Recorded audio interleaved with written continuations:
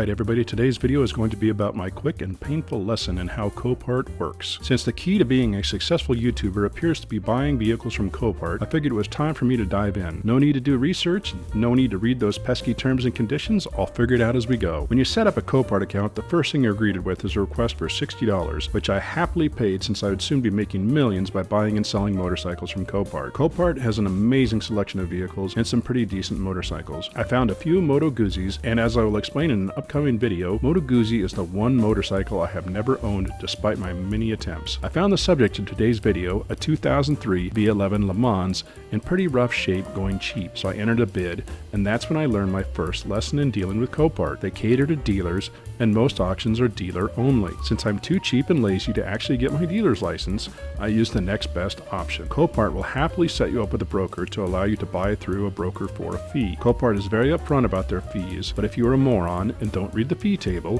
you'll be hit with a surprise. I went through the list of available brokers, which all looked pretty similar in their fees and services offered. It's about $200 per sale for the broker fee, which I thought was pretty fair. I looked at a few reviews conveniently provided by Copart, and the company I selected seemed pretty legit. Had I taken a few more minutes to research the company, I would have discovered that they have a 1.3 star rating everywhere except Copart. After setting up an account, I was once again hit with a request for money. This time, a request for a required deposit of $400 to bid on one auction up to $4,000.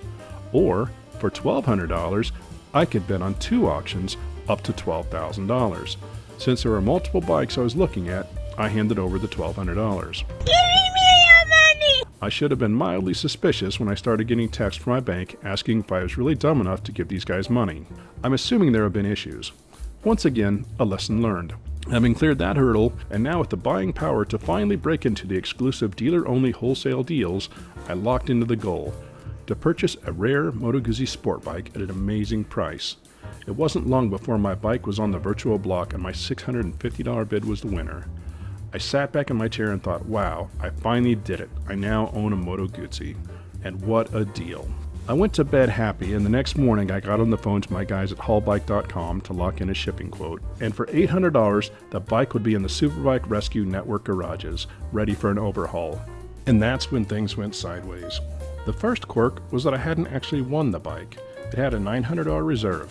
Fair enough. I accepted the reserve and bought the bike for $900. Still a good deal. I got my invoice from the broker.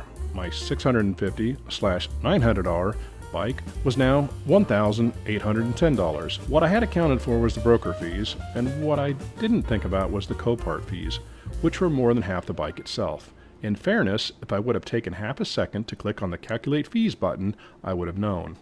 A kick in the gut, but not the end of the world. Now, $1,810 plus $800 meant I was $2,600 into a Moto Guzzi with unknown history and the potential for serious issues, which, quite honestly, I was still okay with. Lesson learned. About that time is when I got an unknown call from Florida. While Florida man stories are always entertaining, I didn't really want to be part of one. When I googled the number, it came up as a shipping company. I thought that was odd, so I listened to the thickly accented message asking me to call back to provide additional vehicles about my vehicle. And that's when the second invoice dropped, $4,121. My broker had conveniently arranged the shipping on my behalf. For $2,200 or $1,200 more than haulbikes.com charges for their premium enclosed door-to-door motorcycle delivery, I immediately contacted the automated customer service robot, who informed me that by placing a bid, I had agreed to utilize their shipping service. Something clearly posted on their bid page that I also chose to ignore, because I'm an idiot. After calming myself down and realizing the only one I could blame was myself, I sucked it up and made the payment, or attempted to. And that's when I discovered that payments can only be made by wire transfer. Also, something clearly spelled out in the terms and conditions.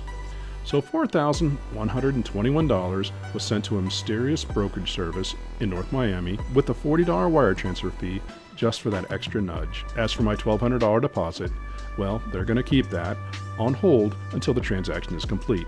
So now I'm sitting with no bike and $5,361 less in cash, wondering if I will ever see my bike. Every bit of my pain was self-induced and could have been avoided just by watching a few videos, so please, if you haven't already, hit the subscribe button and share this video with your friends. I plan to jump in on the Copart game once again, Just be a little smarter next time. I'll keep you guys updated on the status of the bike, and we'll check it out when it gets here.